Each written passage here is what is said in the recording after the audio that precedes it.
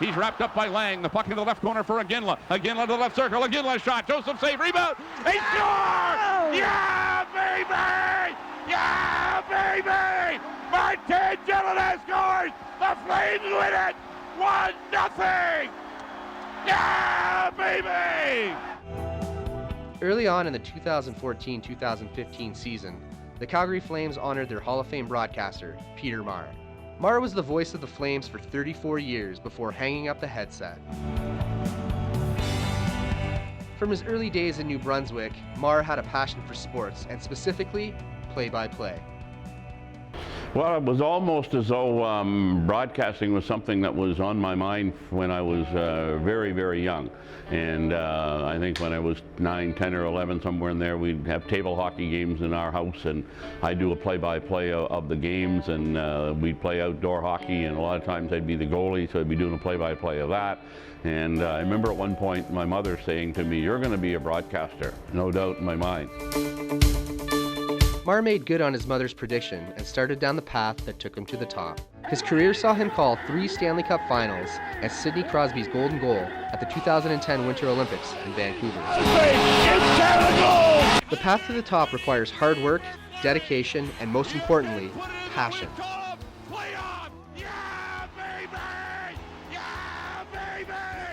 It really took hold in 1970 when in my hometown I became the play-by-play broadcaster for 2 teams that were separated by 16 miles, and I'd be the voice for both of them, and it was an interesting challenge, and given the fact that they were bitter rivals, both of the teams, but I was the guy that was broadcasting because our radio station served both of those communities. But that's how it started, and it was fortunate for me that I started in the 70s because that's when hockey was at its peak in my hometown. That gave me a lot of games, and I'm a firm believer that for a broadcaster, especially with hockey and probably for every other sport, the more you can do early on in your career, the better it's going to make you as a broadcaster.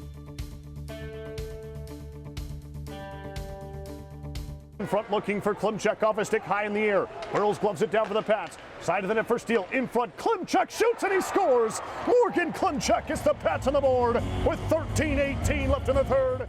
26-year-old Phil Andrews has a passion for play-by-play. Andrews has been the voice of the Western Hockey League's Regina Pats for 4 years. I just love coming to the rink every day, watching practice and being able to prepare for games and really getting to know the people involved. It's very much a kind of a family atmosphere, I think, especially within a team, because you spend every day together. I mean, it's almost more time with the players and the coaches than with my own family most of the time. So yeah, that keeps me going and just loving what I do. I mean, it's fun to come to the rink and call hockey games. I'm doing what I love. So yeah, that definitely is the driving force. Andrews is very happy in his position with the Pats, but has acknowledged that he would like to call pro games. Early on in his career, Andrews has had to grind it out, and that hard work has gotten him to where he is today. But Andrews knows the path to the top requires even more of a grind. Nobody starts at the Fan 960 in Calgary or wherever in their first job as, the guy. I mean, you got to start somewhere small and work, and that's really what it comes down to. Put your time in and hope for that break, because a lot of times it just takes being in that right place at the right time or knowing the right people to get that chance to prove yourself in a job in a bigger market. You got to prove yourself and work 14 hours in a day. Don't take a day off for 2 months, and that's what happens in junior hockey. I mean, you're working every weekend, and you know what? You just work. And at the same time, it's not a hard thing to do because I'm doing what I love, and I think for the most part, people like what they do, so it's not a terrible thing to have to work for a month straight. But I mean, that's the biggest thing, I think, is to put the work in, put the time in, prepare for what you're doing, and you'll get there. When I left home, when I left home first, I left home before I started doing radio play-by-play. I moved to Fredericton, New Brunswick, and I worked at a radio station there and a newspaper. I was also involved in newspaper writing at a very young age also. And then I went to Fort Wayne, Indiana, and did some writing and some broadcasting. There was the comments of the International Hockey League. But when I moved away for good, was back in 1977. And as I look back on it now, it's all so surreal. One minute I'm broadcasting in a town of 7,000 people, and the next minute I'm broadcasting in a greater Toronto metropolitan area of 7 million people. You apply for a any job that you can get basically out of school, and I go to this small town in Kindersley, like 3,500 people, and 2 little tiny radio stations, and all broad spectrum of music, and you do kind of everything, right? You're doing news, you're doing sports, you're being a DJ, and you kind of get to do everything in kind of the radio broadcast industry, and so that's where I started, and it kind of grew from there. And got a chance to do weekend sports and weekend news and some stuff during the week in Regina with 620 CKRM, and that kind of started, and then I kind of was in the right place at the right time when the play-by-play guy for the Pats 4 years ago quit and got a job somewhere else, and I kind of slid in there halfway through the season, and it's now my 4th season.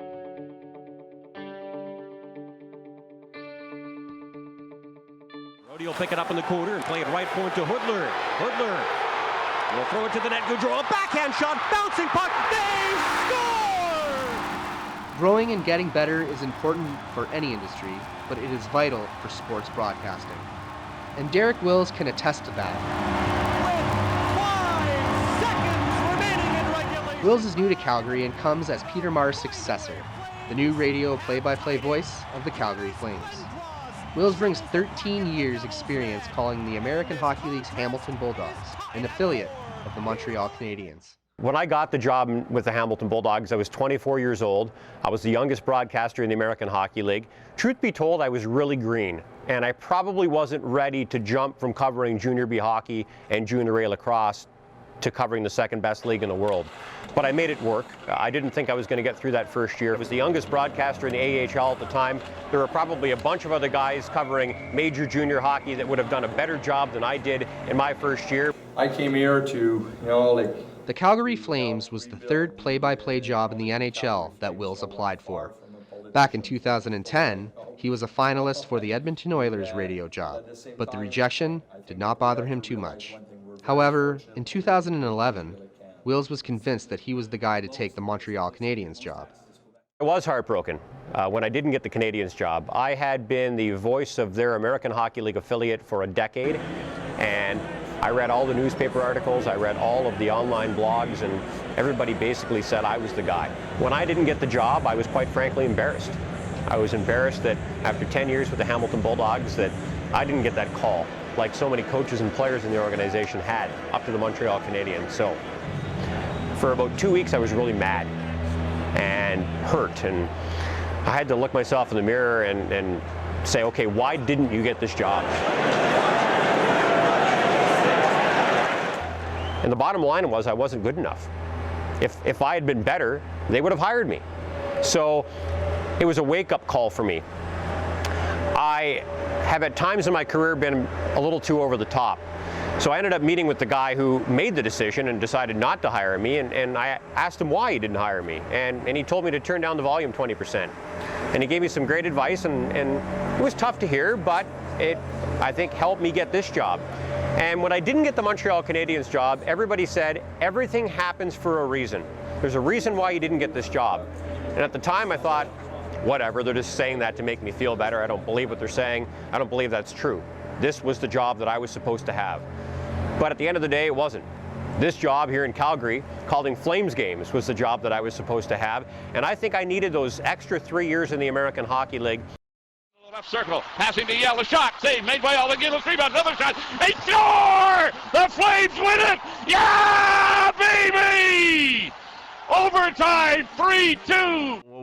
When I got the job in Toronto, they told me that they had over 200 applicants for the job.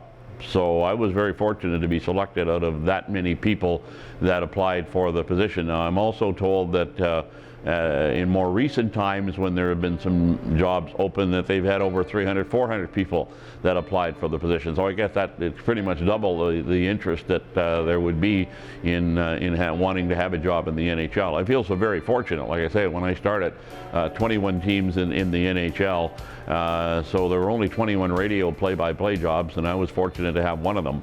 And you know, over all the years now, there's 30 teams in the NHL. So very, very fortunate to be one of 30 play-by-play guys up until the end of my career.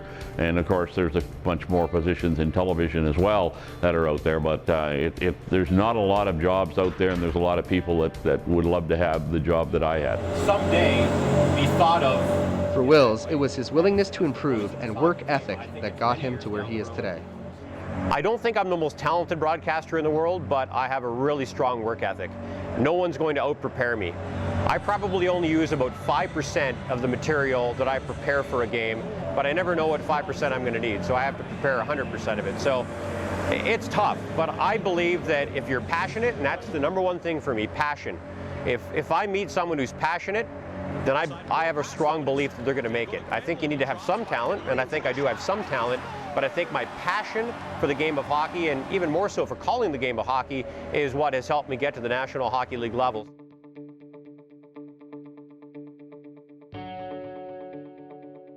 I'm really fired up for this one, Derek. The Trojans are gunning for a 7-0 record right now. Ridercrest is just looking to get in the win column. One of the industry's aspiring broadcasters provides commentary at the Southern Alberta Institute of Technology, where she is studying radio, television, and broadcast news. Cami Kepke does play-by-play for the SAIT Trojans and also works with the local Junior A team, the Calgary Canucks. I've always been hugely into sports. Hockey was always really special for me because my parents didn't have the time to get me to all the tournaments and we couldn't afford it growing up. So getting into doing the play-by-play in color was my way of staying in touch with the game.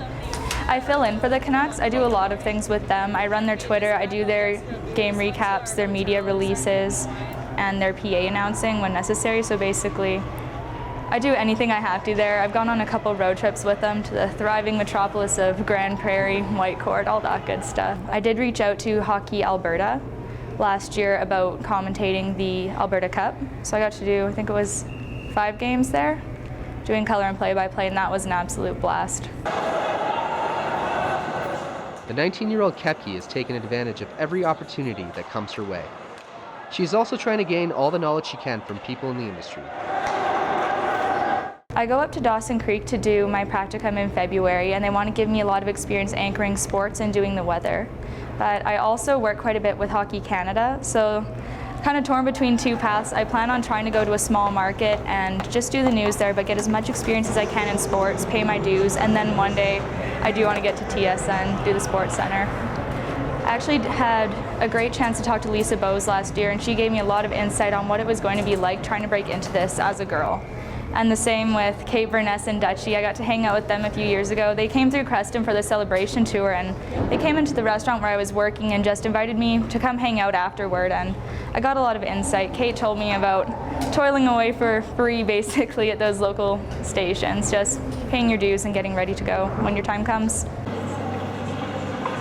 Knowing the journey to the top will likely be arduous and lengthy, Kepke said she isn't deterred for what lies ahead. I'll do everything I can. My whole life since I was 15 has basically revolved around doing sports, so I have no issue giving up my weekends, going traveling. This isn't paid. I've actually never had a hockey job where I was paid, and I do lots. The journey to the top is unique for everybody, but to get there, broadcasters have common traits, such as dedication, a strong work ethic, and a bit of advice from the Hall of Famer. I think the biggest thing is focus. When the game is on, I'm talking about. Well, first of all, there's the lead up to the game and the preparation, and you can never be too prepared for a game. There's two things that I note about a play-by-play broadcaster on radio. You can never be too well prepared, and you can never say the score enough. Brody to Giordano, and he scores!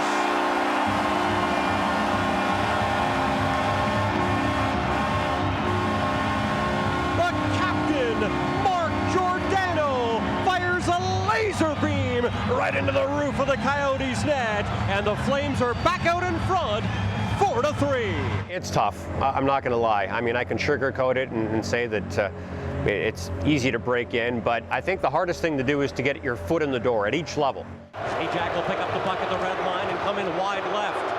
Walks to the net slowly. He dekes, he shoots, and he's stopped by Ramo. And the find-away Flames come from behind in miraculous fashion. Trailing by 2 with less than 3 minutes remaining in regulation time. They scored 2 to tie. I remember when I was in my late teens and early 20s, and all of my friends were getting full-time jobs and making what I thought at the time was a lot of money.